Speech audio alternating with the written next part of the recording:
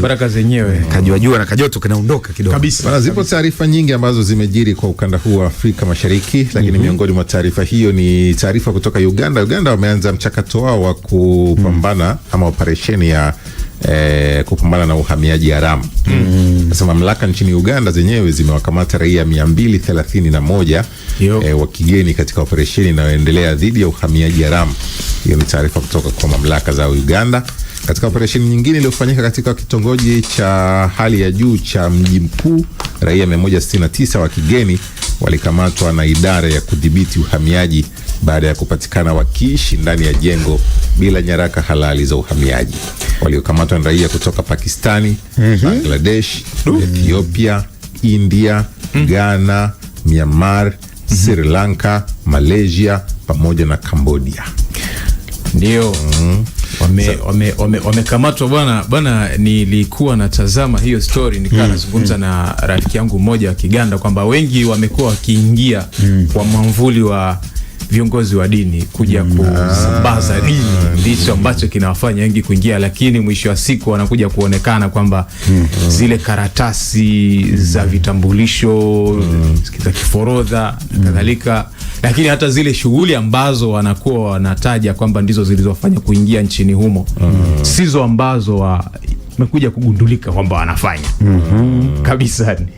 Kwamba wamekuja kwa ajili ya taarifa nyingine, wanachofanya ni kingine tofauti. Afrika Mashariki imekuwa kikumbwa na uhamiaji wa namna hii cha kupewa soza. Ndio.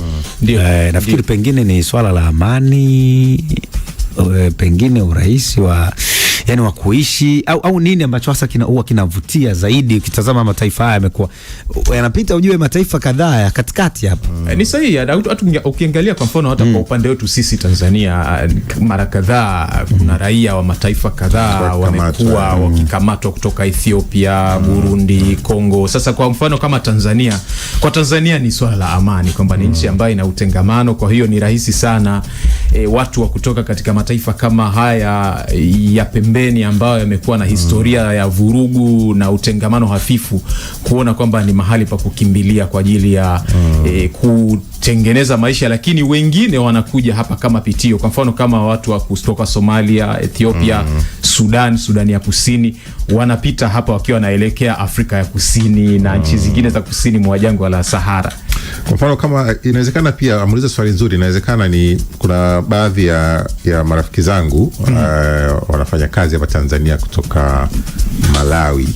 Kipiga nao story ukiwasikiliza, wanaamini hizi nchi za kwetu hapa Tanzania, Kenya, Uganda, vitu vinatokea, yani milolongo sio mingi, wanachoamini wao, ndio maana wengi wanakuja kuishi humu.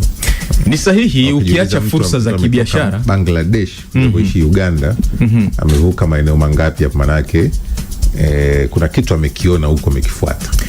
Ni sahihi. Mataifa yetu yana fursa nyingi, ukiacha tu hali ya utengamano ule, lakini hata yale mazingira rafiki ya hasasa, kwa mfano wageni kufanya shughuli hizi za aina mbali inakuwa ni rahisi zaidi. Unajua nchi za wenzetu zina taratibu ngumu kidogo.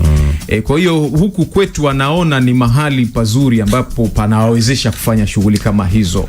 Msemaji wa Wizara ya Mambo ya Ndani wa Uganda, Simon Peter Mundeyi, amesema operesheni hizo ni sehemu ya juhudi za serikali za kusimamia sheria ya uhamiaji na kuvuka mitandao na kuvunja mitandao inayoshukiwa kujihusisha na uhalifu wa mitandaoni. Wizara hiyo inasema baadhi ya waliokamatwa waliingizwa nchini kwa ahadi za uongo za ajira, huku wengine wakidaiwa kuhusika na shughuli za ulaghai wa mtandaoni. Katika tukio jingine, maafisa wa uhamiaji katika mji wa Adjumani kaskazini mwa Uganda waliwakamata raia 69 wa Nigeria wanaodaiwa kufanya kazi bila vibali halali na kushiriki shughuli zisizoidhinishwa ikiwemo kuendesha taasisi za kidini. Umesema hiyo. Hao wamekamatwa raia 69 kutoka Nigeria, walikuwa wanaendesha shughuli za kidini bila kuidhinishwa sheria. Kutoka Uganda kule kaja kuhubiri injili ya Uganda, kutoka Nigeria kaja kuhubiri injili Uganda. Jua imani za dini ni taasisi, ni eneo ambalo linakuwa sana hasa katika bara la Afrika. Ni sehemu ambayo imeajiri kundi kubwa la watu wanaohubiri. Kwa hiyo kwa nchi kama Nigeria tunafahamu kuna watumishi wengi wa Mungu, na utakuta wengi wako katika mataifa mbalimbali. Ukienda Uganda, hata hapa Tanzania, Afrika Kusini, wamewekeza sana katika imani za dini. Nafikiri Nigeria ni moja kati ya yale mataifa ambayo yana imani nyingi za dini katika nchi za Afrika kabisa. Bwana wetu, andikia maoni na wewe pia mtazamo wako kwenye hili ambalo tumelizungumza. Unafikiri wahamiaji wanaoingia kwenye mataifa ya ukanda huu Afrika Mashariki kutokea huko, nini hasa ambacho unahisi kinawafanya waone ni urahisi, au nini ambacho wanakifuata ambacho wanakihisi ni chepesi huku kwetu na kuja kulowea huku bana, si ndio? Taarifa nyingine kwa upande huu wa Afrika hapa, kinachoendelea kule Mali kwa sasa ni makatazo ya baadhi ya mataifa kutaka raia wao waondoke. Naam, waondoke Mali. Kabisa. Mataifa kadhaa ya Ulaya yamekuwa yakitoa taarifa. Nimeona taarifa ya Ufaransa jana, na wataka raia wake walioko nchini Mali kuondoka haraka iwezekanavyo baada ya mashambulizi yaliyoshuhudiwa kati ya makundi yanayojihami na makundi yenye itikadi kali. Ilitokea wiki iliyopita. Sasa hivi imeanza kuchukua tahadhari ya kila mtu anataka kumtoa raia wake Mali pale, na hali sio shwari. Wajua, tangu mwaka 2020 nchi ya Mali ilipokumbwa na mapinduzi yaliyomleta madarakani Assimi Goita, Ufaransa ilipoteza ushawishi wake katika taifa hilo. Utakumbuka kwamba chini ya Operation Anti-Jihadist Barkhane iliyokoma mwaka 2022 ilihusisha vikosi vya askari karibu 4,000 wa Ufaransa, ambavyo baada ya mapinduzi ya Mali na mataifa mengine kama Burkina Faso na Niger waliamriwa kuondoka. Sasa tangu wakati huo Ufaransa haijawa comfortable na kupoteza ushawishi katika mataifa hayo matatu, kwa sababu utakumbuka kwamba haya ni mataifa ambayo ni sehemu ya kile kilichokuwa kinaitwa Francafrique, au ile familia ya mataifa yaliyotawaliwa na Ufaransa, hasa ukanda wa Afrika Magharibi. Sasa wakati Ufaransa inatoa